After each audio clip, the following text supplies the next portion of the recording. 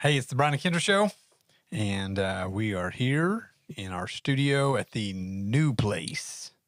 You know how sometimes you accidentally swallow really loud? Like you don't, like you're just sitting there and then all of a sudden you realize you're like, that was really, I did that right there in the microphone. And I just want to apologize to Nathan and everyone else.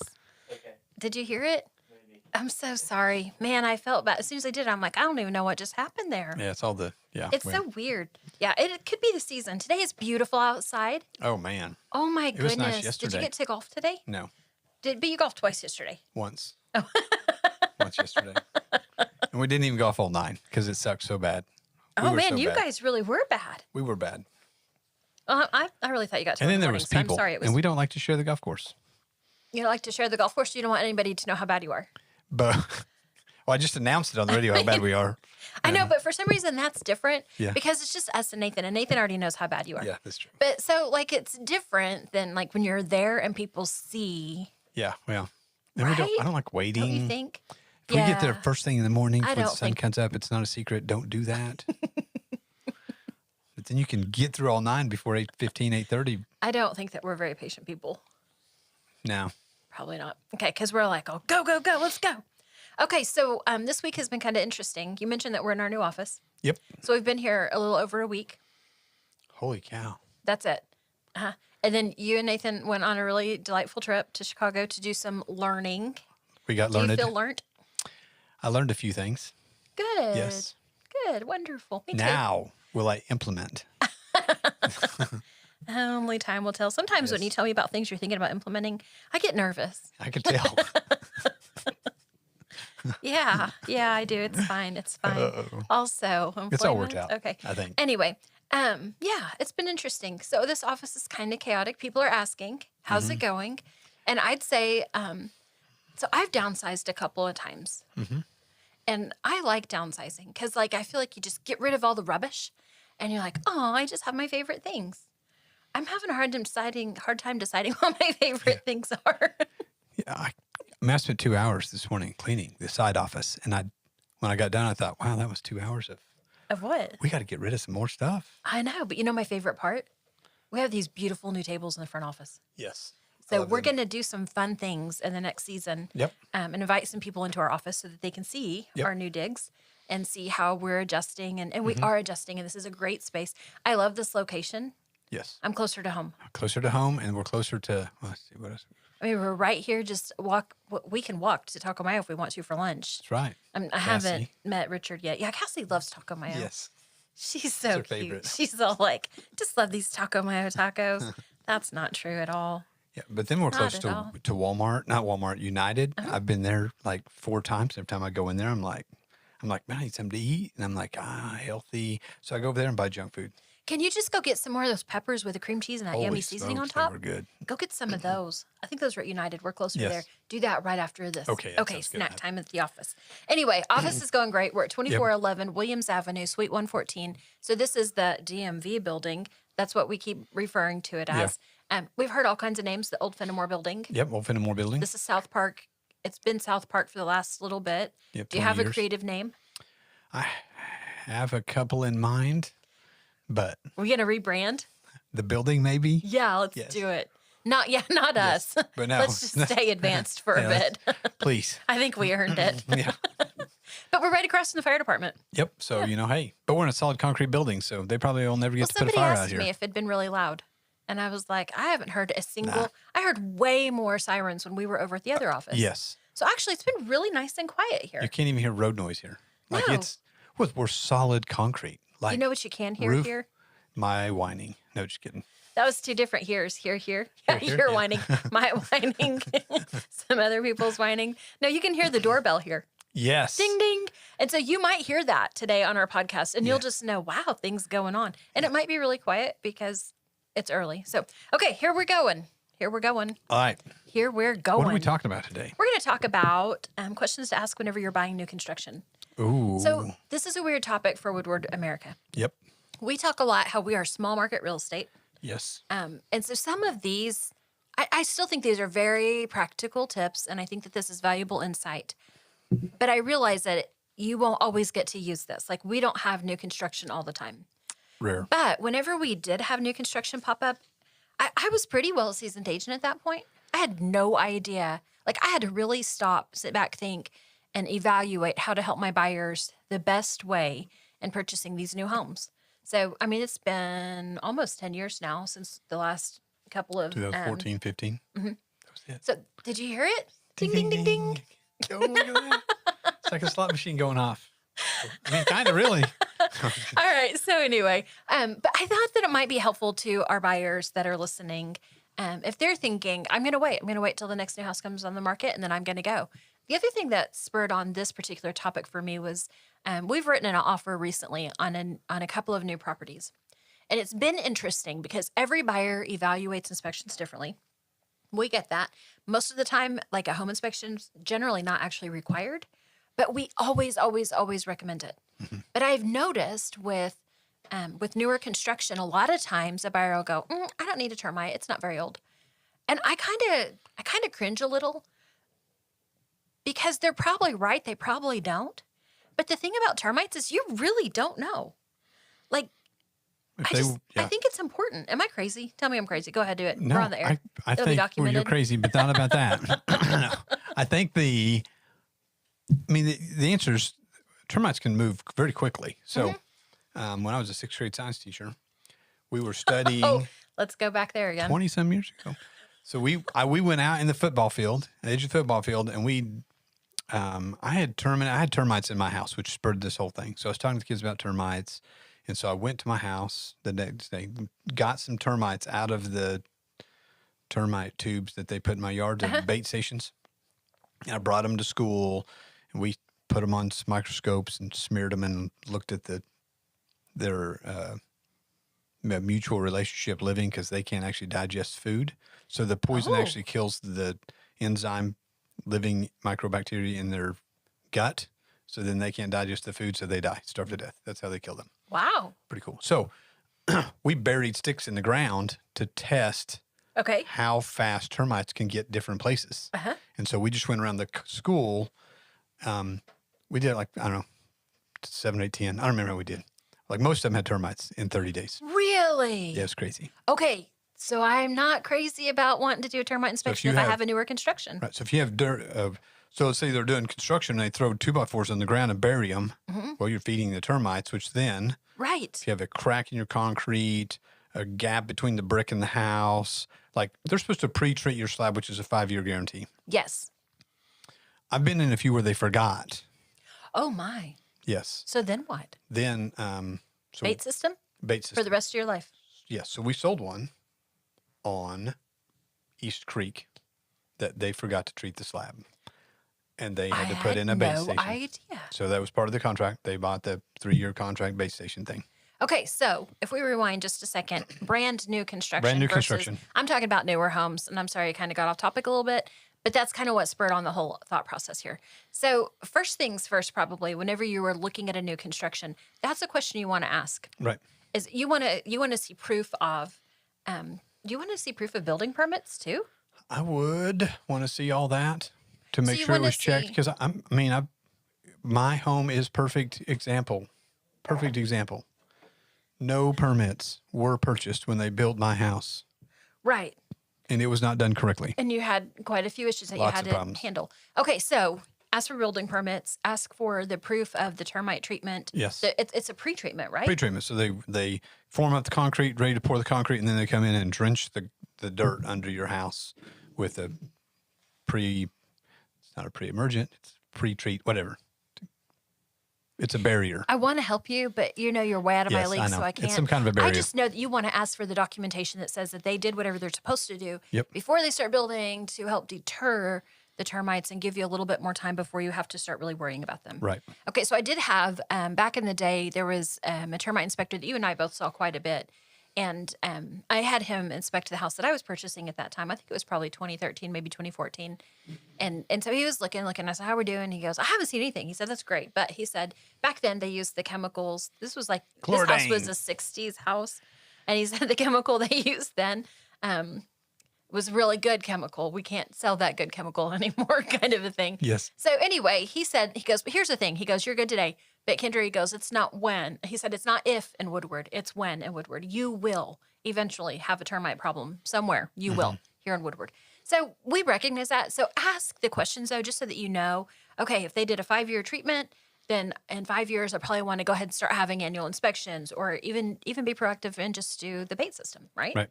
So, okay, ask for documentation to make sure that things have been done properly. Yep. I want to pause really quick because I forgot to do something. Okay. Okay, Richard and I got to do this really fun activity this week, and we hung out with TAP students at the Woodward Middle School. I just want to, High Plains Technology Center is just so stinking cool. Like, I love what they do. We'll talk more about them in the next session.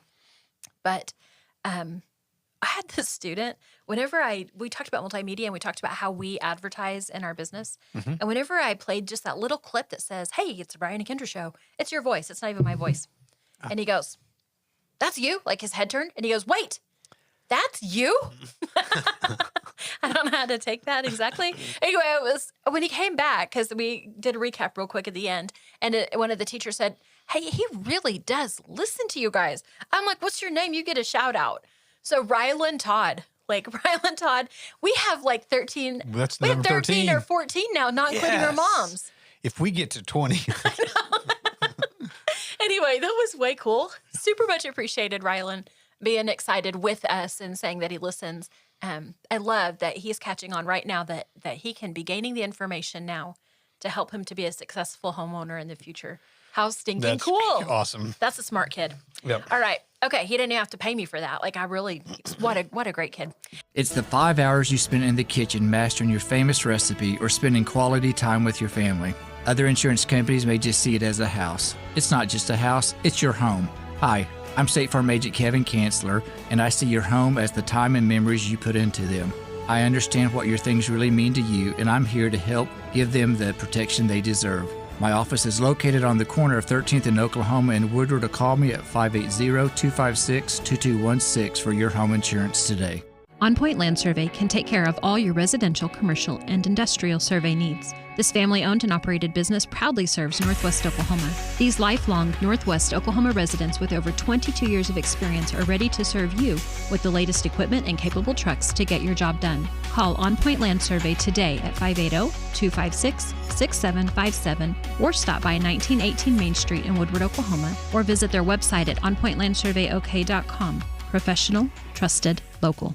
Okay, so next up, so we're going to ask for information to make sure that buildings have been done properly within the city limits and all those kinds of stuff.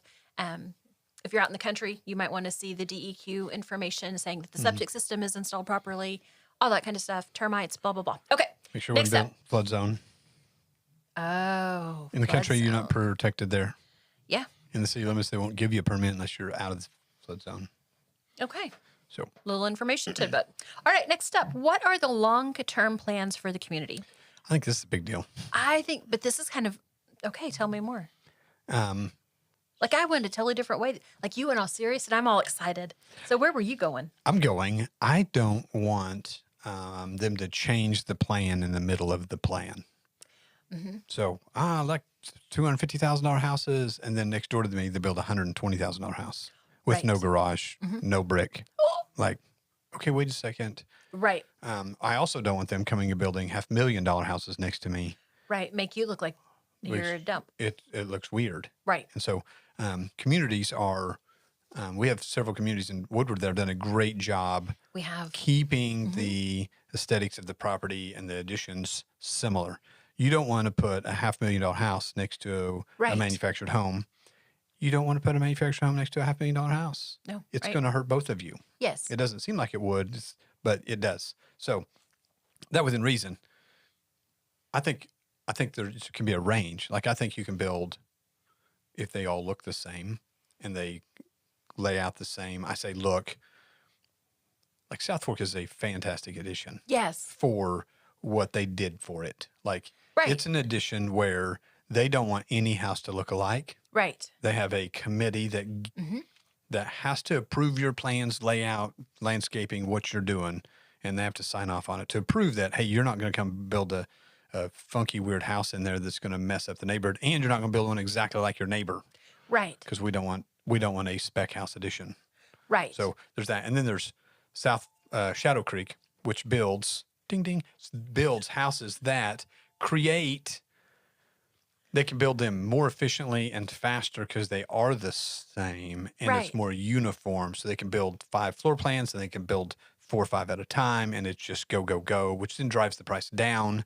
So it's more affordable for a house. So those are the two things. So back to your question, long-term plans of a community. I want to make sure it is set in stone that they're not going to change halfway through and turn it into a duplex addition. And I was thinking further down the road from after all of the homes are built, then what? So I think back like to Circle Drive. Yes. I mean, I would imagine that was something like what we're talking about too. Like they probably had that plan in mind that we're going to put a park right here in the middle of this cute little neighborhood with the tetherball and the swing set and all the fun things. And I think that's the part that I want to be asking about in addition to what you said, because obviously valuable, huge, important information.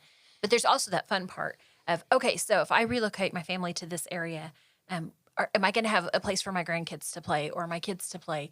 All that kind of stuff. It's weird to say that, but I feel like I needed to because it's obvious that my kids aren't going to go play on the swing set anymore. I mean, they may play tetherball. I will challenge you to tetherball any day of the week. My daughter knows.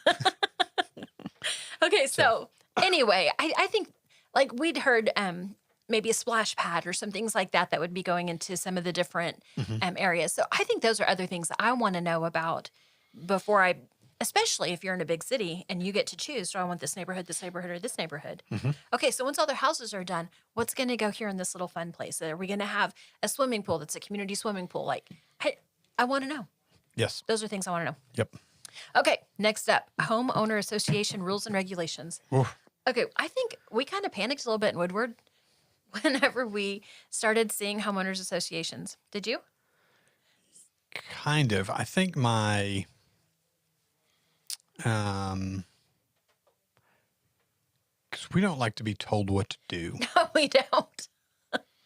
So, we really don't. So I think it's so the homeowners association bothers me, but it doesn't.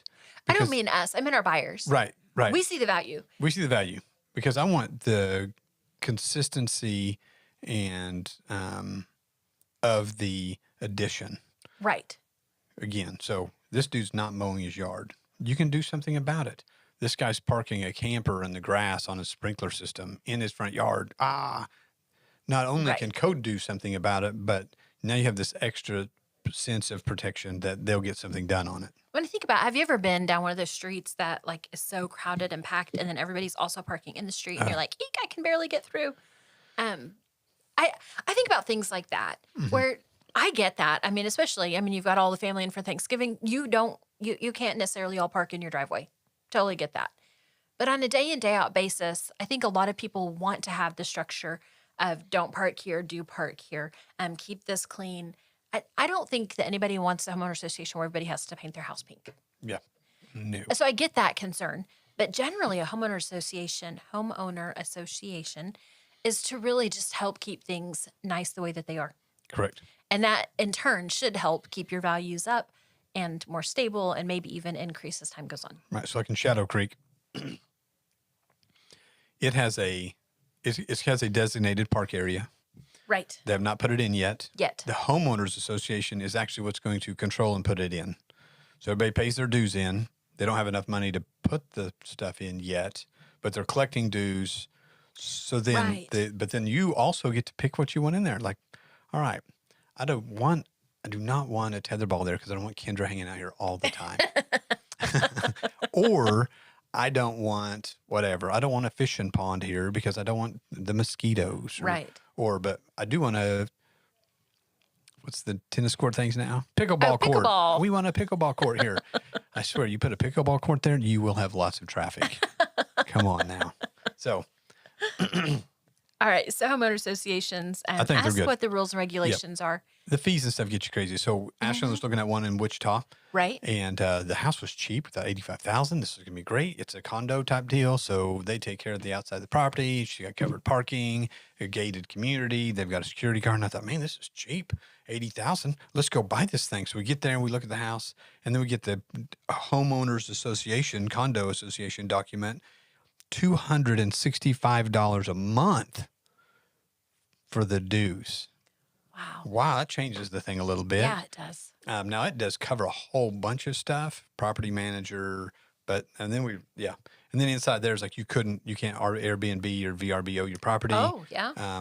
You can't give your codes to anybody. You can't have family staying with you more than 10 days. Like it was very, very restrictive, which then I also felt very safe Right. for my daughter. But I thought, Right. I'm not, I can't afford the deal and the $265 a month. This is a crazy amount of money, but which then is why they sit on the market. They're for very specific people. So homeowner association will restrict who is your buyer.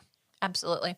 All right, next step. Do you offer, this is what you're supposed to ask the new construction place, is if you offer any buyer or financial incentives. So again, this is different in our small market real estate versus larger communities, big cities, that kind of stuff.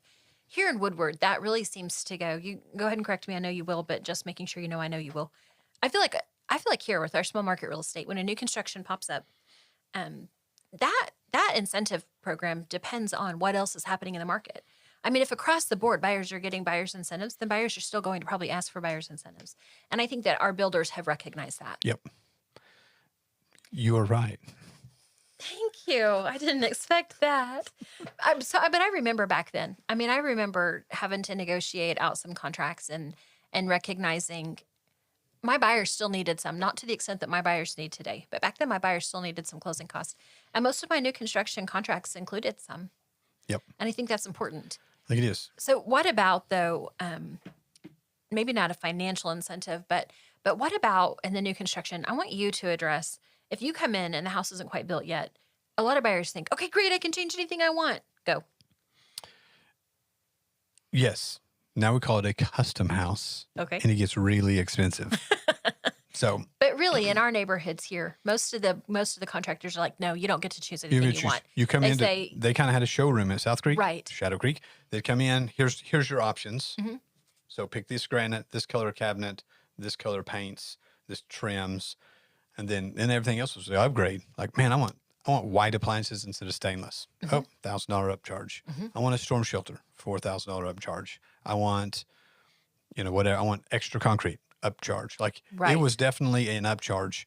And that's where contractors generally make their profits is on the upgrades.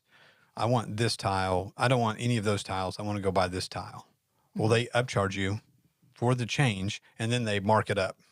Right. Which is why, if you think about it, it also creates more concern and chaos for their system because now you're outside of their system. So it is going to cost more. And I feel like the more changes that you make in a situation like that, the more likely you are to be disappointed. Yes. Because that's not what they are used to. And I think that's important to remember. Mm-hmm. I mean, if you do the same thing every single day, you've nailed it. Yep. But you make a little bit of a tweak and you might not be quite as proficient in that tweak as you were in what you do every single day. Right. So, okay, so negotiating this part. So if you are watching your home be built, a spec home, how involved do you be? I'm thinking back to concrete. Remember, we had a situation. It was our buyer and the other agent was in our office. And man, I was so thankful for that because the cooperation between both parties was just really incredible. But when they poured the sidewalk or the patio or something. Oh, yeah, it's weird. Oh, man. It didn't make any sense. So buyer was very, very involved. Yes. Is that typical, not typical? How involved should the buyer be? So it depends on how much. If I built a spec house, oh God, I'm going to say it, but I'm probably not going to do it. I would want to say, I'll be like, call me when I can move in. Right. Because if I go over there, I'm going to want to change it and make it. Oh, I think if you'll move this door 4 inches, during the framing, Right. I'm going to change things if I go there, and it's going to cost me a lot more money. Right. It would be better if I just stayed away and just know that I'm getting a great deal on the house because I'm not over there picking it apart. Right. Are there going to be them things I regret or want to fix or whatever? Probably. But again, I saved 10% maybe. So I think the best advice I ever heard on what you just said, you said, am I going to want to change things? Gary Whitcomb told an agent way back in the day, she's not with us any longer, but he told her, don't build your final house. yeah, he said, just know this is not going to be the last house you build. You are always going to find something that you want different. So you may think it's your perfect dream home, but you move in, you're going to be like, I should have done the outlets different. Yep. And then the next one, you're going to be like, I should have put the fixtures different. I think that was brilliant. It's great. Just because Takes it the takes a little pressure pressure off. Oh, man. And you may absolutely love it. And no, well, I would have done things differently. But I feel like it took the pressure off because you thought it'd be perfect and it wasn't. Right. Well, It don't it's have to great. be. It's great. Like on my house, I'm like, I would not have done it that way. And I can gripe and moan about the guy that built it because he built it that way. That poor guy. That poor guy. He loved it. He did. But again, hey, of course, you want to make some changes. Everybody wants to make changes. Yes. Well, this way it wasn't my fault, so I can just blame it on him. Right. Other than he did it, if he is listening. He did a fantastic job designing my house. I think if Yes. he built 10 of them, we could sell every one of them. Right. Absolutely. I agree with you. All right. So do you provide home warranties? Just real quick, what's a general warranty that comes with a brand new So construction? they will give you one in writing. Mm-hmm. I did not look this up, but if I remember correct, the state requires a 1-year builder's contract. It might be 10 years, actually, unless they put it in writing. I had it in my mind. It was a 1 year. I know we only saw 1-year contracts. Okay. Yes. So look what you're looking at. So if you go to Solitaire and buy a modular home, they have a 1 year and they have a 7-year option. Right. But you can buy extended warranties. Some of the builders in Oklahoma City, when I was driving through, they had some that said 10-year warranty. I think parts of your home have different warranties. Like your air conditioner has a 10-year warranty. Mm-hmm. Sometimes the concrete slab foundation has 10-year warranties. Right. But then they guarantee their workmanship for a year. Right. So, Okay. which is when you're going to see most of the problems anyway. Yes. Is the first year. Okay, let me tell you my favorite part about new construction and small market real estate. And I think this is the most valuable insight you're going to get. When you are in a small market real estate like we are, you have the opportunity to ask your agent, hey, how many of these homes have you sold? Can you connect me with some of these homeowners? It's my favorite thing. Do you remember that one we were talking about a minute ago? We were able to take her to the neighbor's house that she could see exactly what the layout was, decide where she was going to put her couch. Does this really work? Does it not work? And I think that was so valuable. And I don't think that that's as easy. Most people aren't spatial. They can't feel it. No. So it was so stinking awesome. Now, bigger city, of course, ask your builder, hey, can you connect me with some other homeowners? And then quiz them. What did you love about the builder? What did you hate about your home? Have you had any kind of weird things? And kind of I hate to be like all, I don't know, whatever that channel is that like does all the blow up the fiascos that they're seeing in town. I don't mean go out there and create a huge gossip issue. Don't create dissension. But it's a good idea Educate to yourself. just go and ask some questions and find out and start looking for some red flags. Yes. But I love that. I mean, we can go into that neighborhood and be like, okay, we sold this one, we sold this one, we sold this one, and help you to have a better idea of what your home is going to look like. Absolutely. So what else have you got? I think buying a new house is a great opportunity if you can get our local builders are hard to find. They are. They're all so busy Yeah. because the custom build is 'Cause they good? because they're good and they're just hooked up. Yes. We would love to get another spec builder in town Oh, man. just to get some more new houses on the market at a Right. affordable price. Absolutely. So that's the difference between spec and the custom stuff. So yeah, well, we appreciate you guys listening. And if you're out and about, stop by our new office, 2411 Williams Avenue, Suite 114 on the south end of the building. We did throw up a sign so you can see it. So don't hesitate to stop by. I'm Brian Cook, 580-334-2303. And I'm Kindra Brown, 580-216-0090. All right. We'll see you next time.